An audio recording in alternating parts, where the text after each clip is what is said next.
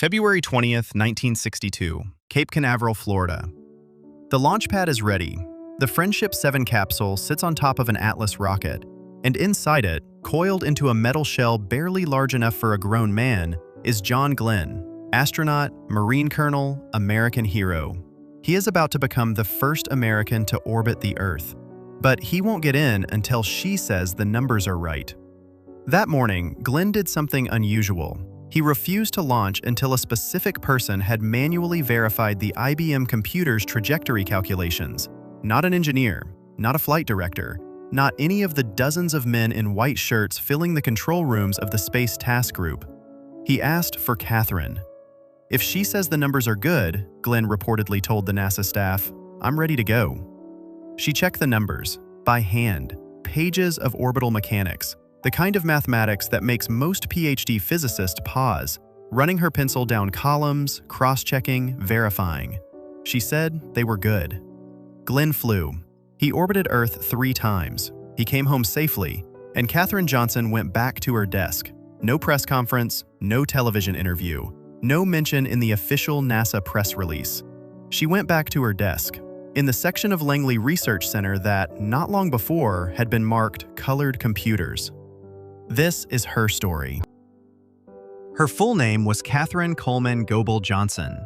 She was born on August 26, 1918, in White Sulphur Springs, West Virginia, a small mountain town where the Greenbrier River cuts through the Allegheny Highlands and the air smells like pine and coal smoke.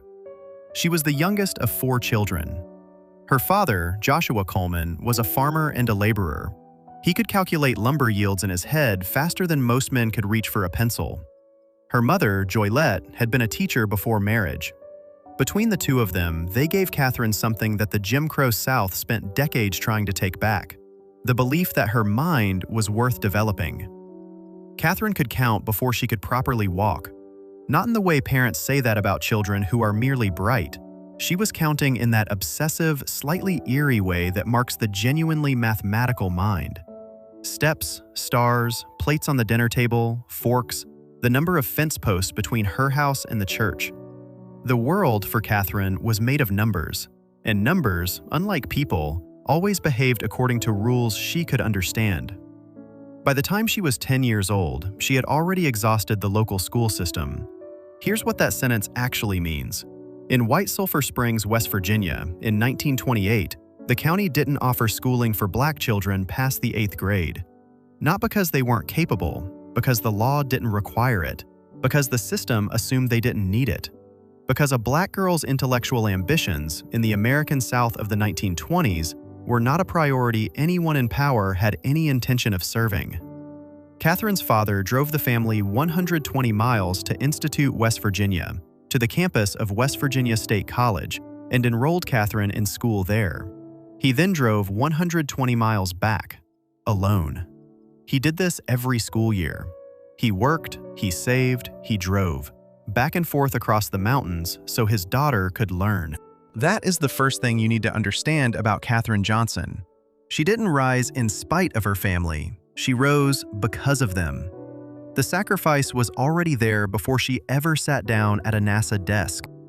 To understand Katherine Johnson's life, you have to understand 2 things simultaneously and hold them in tension with each other, because history rarely gives you the luxury of simplicity.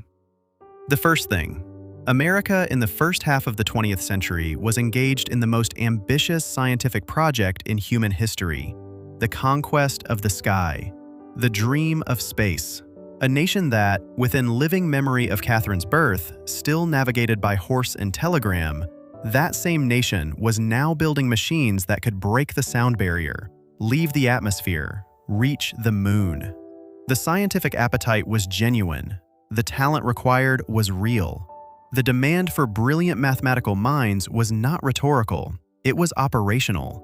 NASA needed people who could calculate, urgently, constantly, with no margin for error.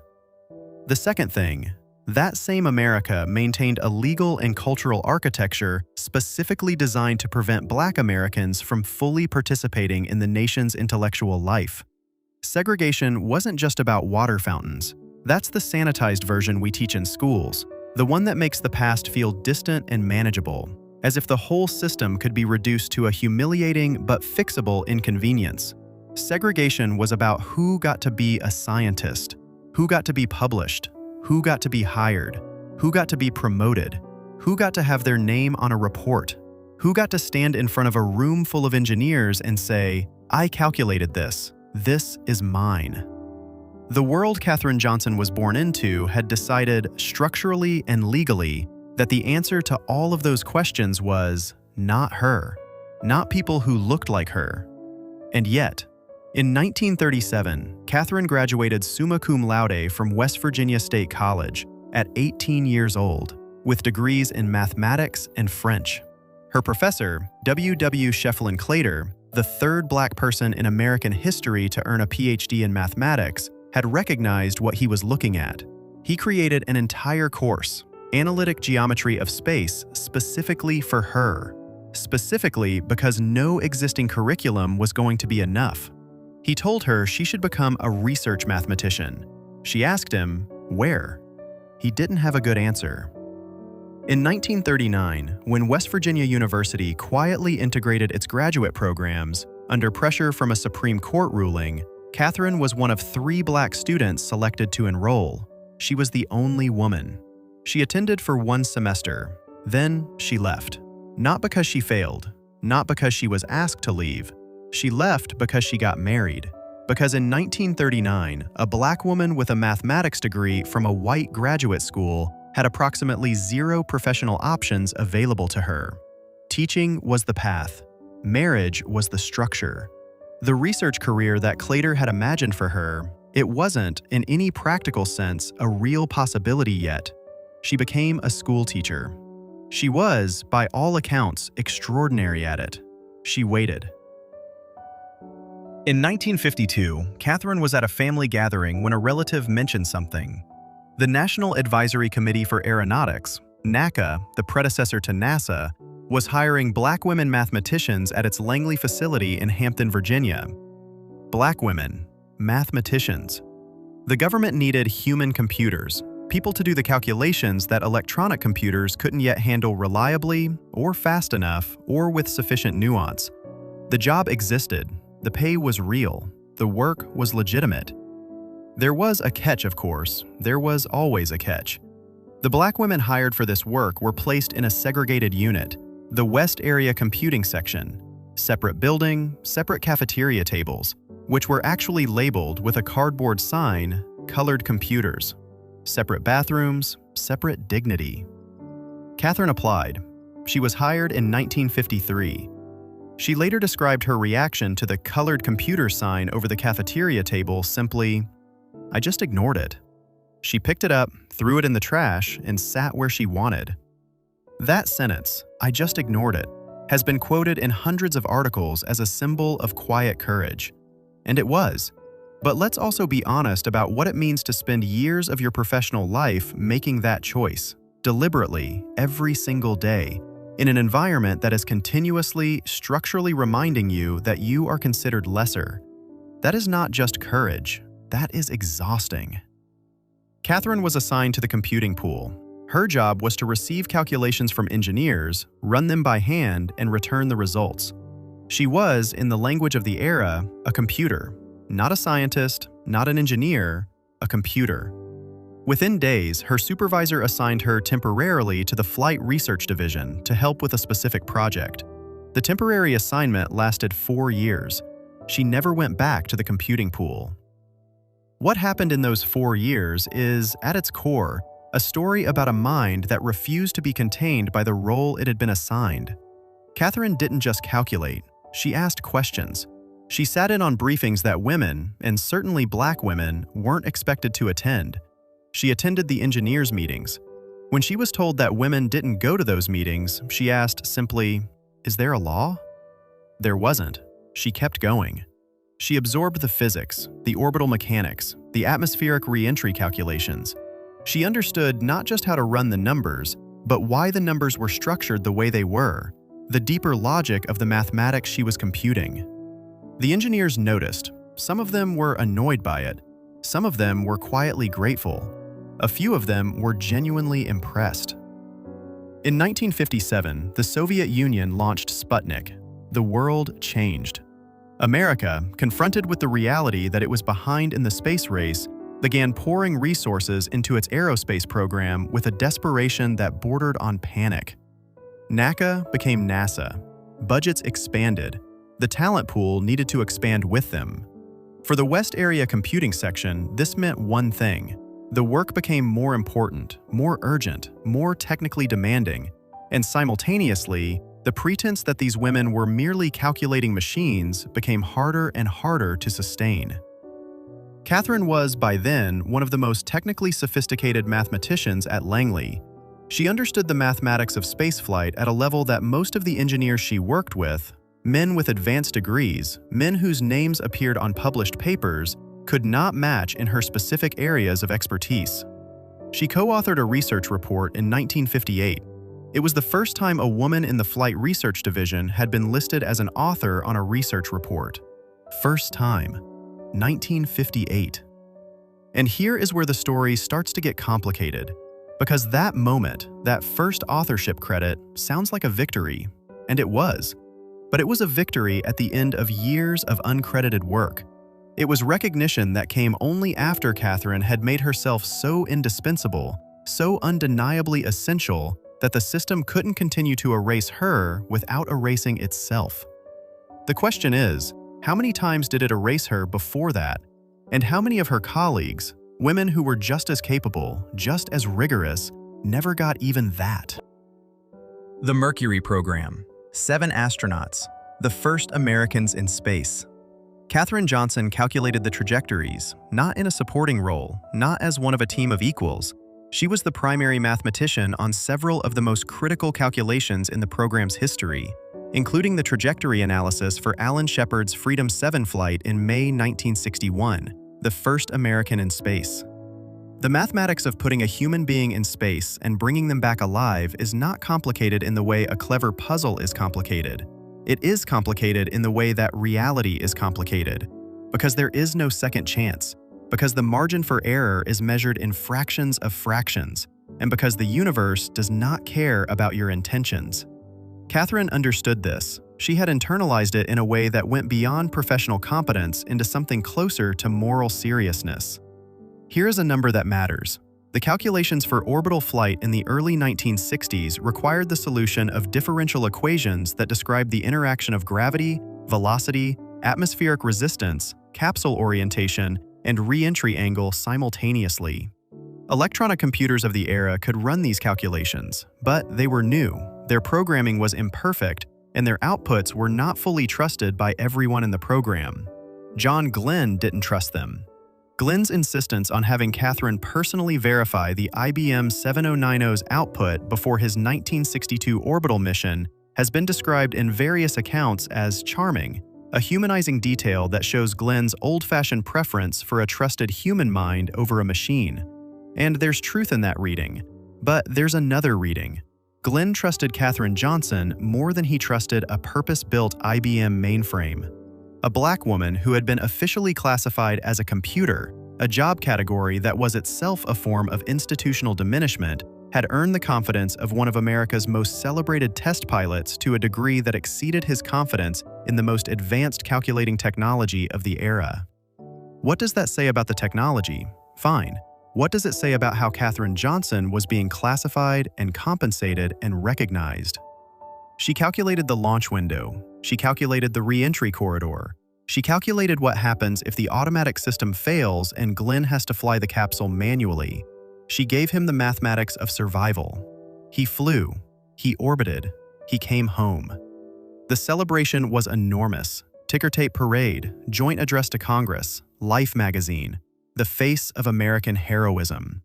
Katherine went back to work. But there is a deeper conflict in Katherine Johnson's story that the trajectory calculations only hint at. It is not the conflict between her and the system. That conflict is obvious, well-documented, and by now widely known. The deeper conflict is internal. What do you do, psychologically, when the work you love is also the mechanism of your own erasure? Because that is the trap Katherine Johnson lived in for the first decade and a half of her career. The mathematics was real. The contribution was real. The mission was real and important, and in its way, genuinely noble. Humanity reaching towards space, pushing the boundary of the possible. She believed in it. She cared about it. And the same system that gave her that meaningful work also systematically stripped her name from it. In the 1950s and early 1960s, NASA's official policy was that research reports produced by the computing staff were attributed to the engineers who directed the projects. The women, the computers, were not listed as authors. Their calculations were internal products, not intellectual contributions. This was not, officially, a racial policy. It applied to all the computers. But since all the computers in Katherine's section were black women, and most of the engineers were white men, the practical effect of this policy was to transfer intellectual credit from one group to another along exactly the racial and gender lines that American society had already decided mattered. Katherine knew this. She understood it clearly. She was not a naive person. And she made a choice that is more complicated than it first appears. She stayed. She kept working. She kept calculating. She kept going to the meetings she wasn't supposed to attend, kept pushing for authorship credit when she could get it, kept being indispensable enough that the system found it harder and harder to ignore her.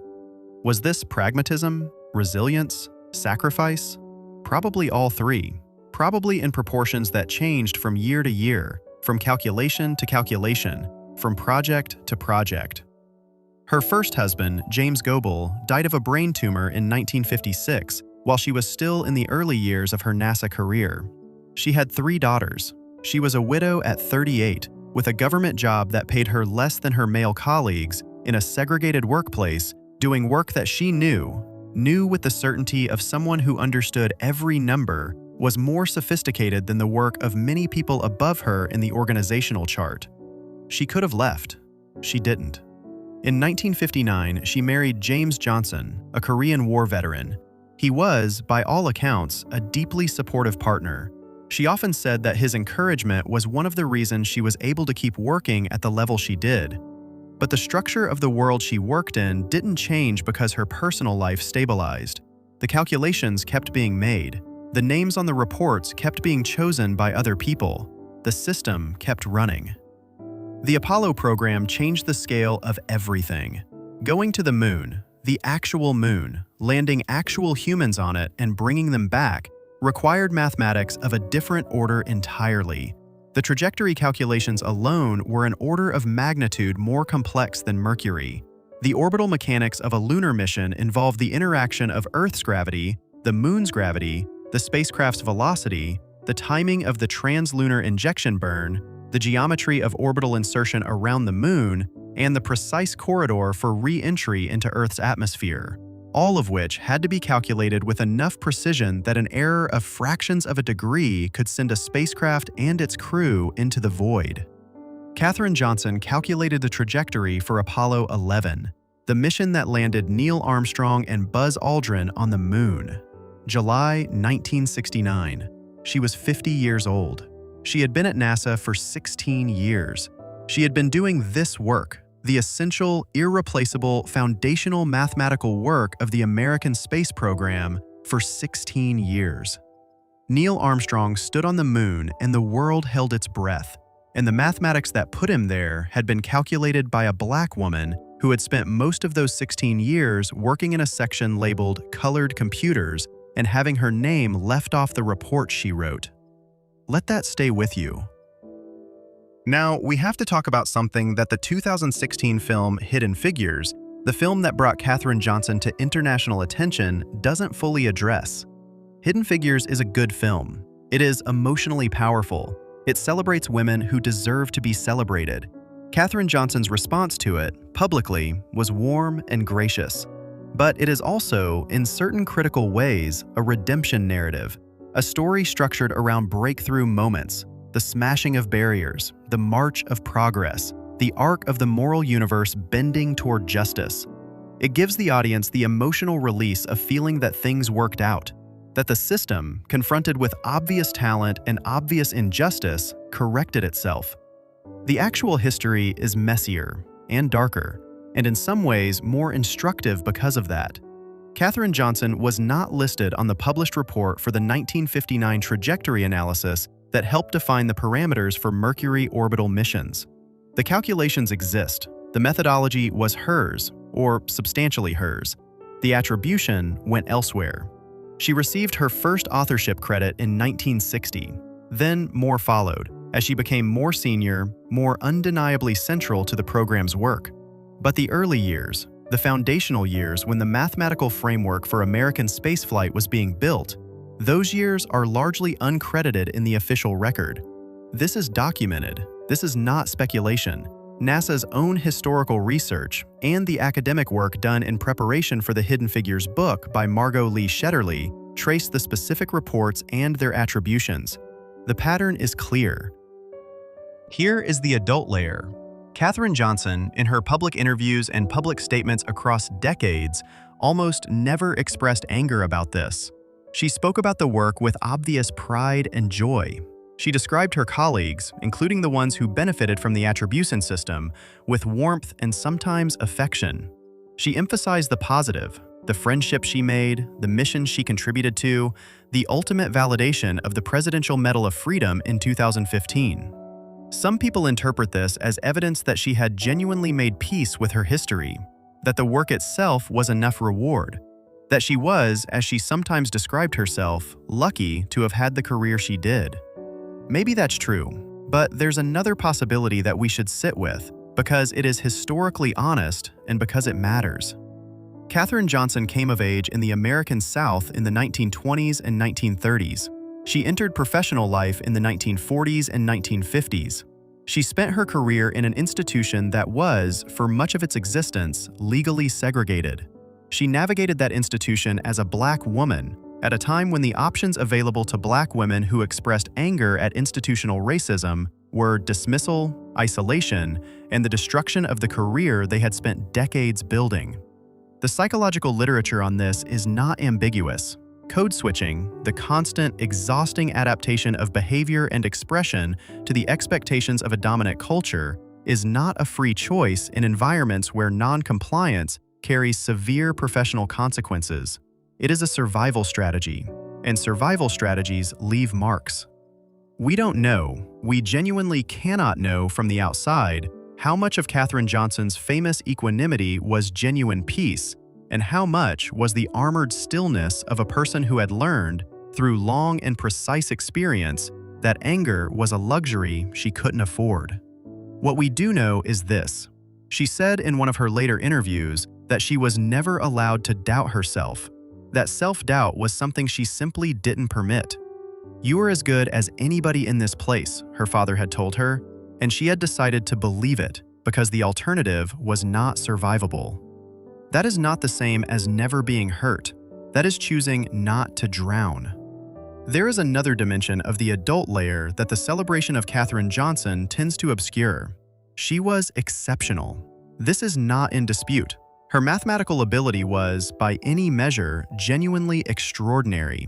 The kind of talent that appears rarely in any population, in any era, under any set of circumstances. But she was not alone. Dorothy Vaughan, Mary Jackson, the dozens of other Black women who worked in the West Area Computing section and its successors. Women who were also brilliant, also rigorous, also essential to the work of the American space program, and who have received a small fraction of the recognition that Katherine eventually received. Dorothy Vaughan taught herself Fortran programming in the late 1950s by checking out a manual from a segregated library, the one time the library happened to have the book she needed. She became one of NASA's first computer programmers and trained an entire group of women in the new technology. She never received a promotion to supervisor, despite doing supervisor's work for years. She retired in 1971 without the formal title she had earned. Mary Jackson became NASA's first Black female engineer, but she had to petition a court to be allowed to take the advanced engineering courses she needed because they were held at a segregated school that didn't admit Black students. These women existed. Their work mattered. The structure that erased Katherine Johnson's name from reports also erased theirs. And when the redemption narrative finally arrived, when Hidden Figures was released and Katherine Johnson became a household name, The attention remained concentrated on one individual, which is natural. Narratives need individual subjects, films need protagonists, but history doesn't work that way. Injustice doesn't work that way. The system that damaged Katherine Johnson's career also damaged hundreds of careers we will never fully reconstruct because the records weren't kept, because the names weren't written down, because that was precisely the point. Katherine Johnson was celebrated at 97 years old. She died at 101. Between her first day at Langley in 1953 and the release of Hidden Figures in 2016, 63 years passed. 63 years of being the person who calculated the trajectories for American spaceflight while being listed, when she was listed at all, as a computer in a segregated unit. We gave her a medal at 97. We made a movie about her at 96. We named a building after her when she was 98. That is not a story about how America fixed its mistakes. That is a story about how long it took. Katherine Johnson retired from NASA in 1986. She was 67 years old. She had been at the agency for 33 years. She had contributed to Mercury, Gemini, Apollo, the Space Shuttle program, and the Earth Resources Technology satellite. She had calculated trajectories, orbital mechanics, re-entry windows, emergency return procedures. She had worked on the contingency calculations for Apollo 13, the mission where an oxygen tank explosion crippled the spacecraft and the crew had to use the lunar module as a lifeboat and navigate home on a precisely calculated trajectory that Katherine helped develop. 3 astronauts came home alive in April 1970, in part because Katherine Johnson's mathematics was correct. She retired. There was a small ceremony. Some of her colleagues attended. She went home to Hampton, Virginia, where she lived quietly with her husband James. For the next 30 years, 3 decades, she was largely invisible to the general public. She gave occasional talks at schools. She mentored young students. She was known in certain professional and academic communities as one of the pioneering figures of NASA's computing history. But the mainstream culture that was about to celebrate her as a national hero had no idea she existed. This is not an accident. This is how institutional erasure works across time. The astronauts were celebrated while the missions were happening. The engineers were named in the technical literature. The managers and directors gave press interviews and wrote memoirs. The human computers, and specifically the black women of the West Area Computing Section, worked in a structural position that defined their contributions as instrumental rather than intellectual, as implementation rather than creation. When the history books were written, and they were written extensively about the space program, the human computers appeared, if at all, as background figures, support staff, local color. In 1999, NASA Langley published a technical history of the computing pool. The report named names, described contributions, traced the mathematical work. It was a genuine act of historical recovery. It was read by historians and aerospace professionals. Nobody made a movie about it. Margot Lee Shetterly, herself the daughter of a black NASA engineer, began researching the story of the West Area Computing Section in the early 2000s. Her book, Hidden Figures, was published in 2016. The film adaptation was released the same year. The timing was not coincidental. The political and cultural moment of 2016, a moment of intense national conversation about race, about representation, about whose contributions American society had chosen to remember and whose it had chosen to forget, made the story land with particular force. Katherine Johnson was invited to the Academy Awards, where Hidden Figures was nominated for Best Picture. She was 98 years old. The actress Taraji P. Henson, who played her in the film, stood next to her on the stage. The audience gave Katherine a standing ovation. She smiled. She waved. She was visibly moved. And somewhere in that moment, in that beautiful, genuinely emotional moment, there is also something that we need to sit with rather than immediately dissolving into uncomplicated celebration. This woman calculated trajectories that put human beings on the moon. She did this work while being legally segregated, while having her intellectual contributions systematically stripped from the official record, while being paid less than her white male colleagues, while navigating an institutional culture that treated her humanity as a secondary consideration to her computational utility. She was 98 years old before a mainstream audience stood up to acknowledge it. Her former colleagues, the men whose names appeared on reports she helped write, the engineers who attended meetings she fought to be allowed to enter, most of them had died. They couldn't be confronted with the history. They couldn't be asked to reckon with it. The institution had moved on. The wrong had been named, but the people who committed it and the people who benefited from it were largely beyond the reach of accountability. That is not a satisfying ending. That is the truth. The consequence of Katherine Johnson's story is not individual. The consequence is structural.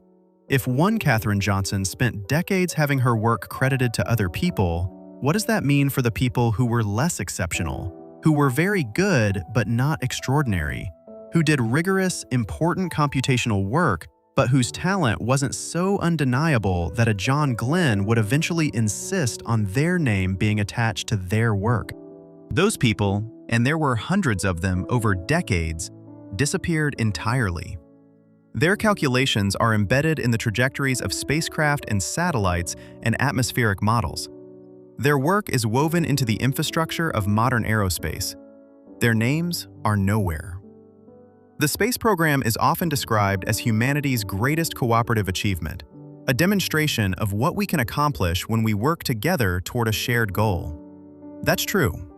It's also a cooperative achievement in which a specific group of people, Black women mathematicians, contributed enormously and were systematically denied recognition for that contribution. Both things are true. That's the adult layer. That's the part that doesn't fit on a commemorative stamp. Katherine Johnson died on February 24, 2020. She was 101 years old. In her final years, she had seen more recognition than she received in the entire first half of her career combined. The Presidential Medal of Freedom, the Congressional Gold Medal, a NASA facility named in her honor, the Katherine G. Johnson Computational Research Facility at Langley, honorary doctorates from universities, her face on a postage stamp, a Barbie doll modeled after her. She received it all with what appeared to be genuine pleasure and consistent humility.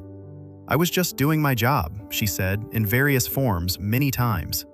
That sentence, "I was just doing my job," is one of the most quietly radical sentences in American history. She was doing her job in a segregated facility as a Black woman in mid-century America, calculating the mathematics that put human beings in space. She was doing her job. The radicalism isn't in the defiance, it's in the normalcy. She refused to treat her own competence as remarkable, because to do so would have been to accept the premise that it was unexpected, that a Black woman being as brilliant as she was somehow surprising. It wasn't surprising to her, it was her job. The complicated question her legacy raises, the one that we are, perhaps, still not fully equipped to answer, is whether recognition delayed this long constitutes recognition at all. A building named after you at 98 is not the same as authorship credit given to you at 38. A standing ovation at 98 is not the same as a promotion at 48. A postage stamp is not the same as a paycheck that reflected the actual value of what you contributed. What Katherine Johnson received in her final years was honor. What she was denied in her working years was justice. Those are different things. We sometimes use them interchangeably, and we shouldn't. Her legacy is also this. She continued to insist throughout her life that mathematics itself was the equalizer, that numbers don't care who you are, that the trajectory is correct or it isn't, and the universe doesn't ask for your race or your gender before deciding whether to bring the capsule home safely. There is profound truth in that, and it is also, if we're being honest, a belief that can only be held by someone who has learned, through hard experience, to find a domain where the prejudice of the world cannot follow. She found that domain, in the numbers, in the calculations, in the pure, indifferent logic of orbital mechanics. It's worth asking, what did she give up, psychologically, to make that refuge work? What did she have to not think about to be able to think so clearly? The young women who followed her, the Black women in STEM programs today, the ones who cite her as an inspiration, who keep photographs of her at their desks, they are the most concrete form of her legacy. Not the building, not the stamp, them. But their careers are still shaped by structures that Katherine's story helped reveal, structures that haven't fully collapsed, that still distribute credit inequitably, that still require certain people to work twice as hard to be considered half as capable. Katherine Johnson's story is not finished. It will be finished when the structural conditions that made it necessary to have her story don't exist anymore. We are not there yet. In 1962, Katherine Johnson sat at a desk in Hampton, Virginia. She had a pencil. She had paper. She had her mind, which was, by any objective measure, in any era, in any population, one of the finest mathematical minds of the 20th century. She checked the numbers. She said they were good. John Glenn flew. The capsule arced out over the Atlantic, above the atmosphere, above the boundary where the sky becomes something else entirely. It orbited the Earth. It came home. It splashed down in the ocean, and the world celebrated. Katherine Johnson put down her pencil. She went home, to her daughters, to her life, to the private interior of a woman who had learned, by necessity, by discipline, by the long and ungentle education of American history, to carry what she carried without showing the weight of it. We tell ourselves that history corrects itself, that talent rises, that injustice eventually is named and then repaired. Katherine Johnson's life suggests something more uncomfortable. Talent rises, if it is exceptional enough, patient enough, and lucky enough to find a John Glenn who asks for it by name. Injustice is sometimes named, 60 years later, when the people who committed it are no longer available to answer for it. And the repair? The repair is still in progress. The numbers were right. She made sure they were right. That should have been enough.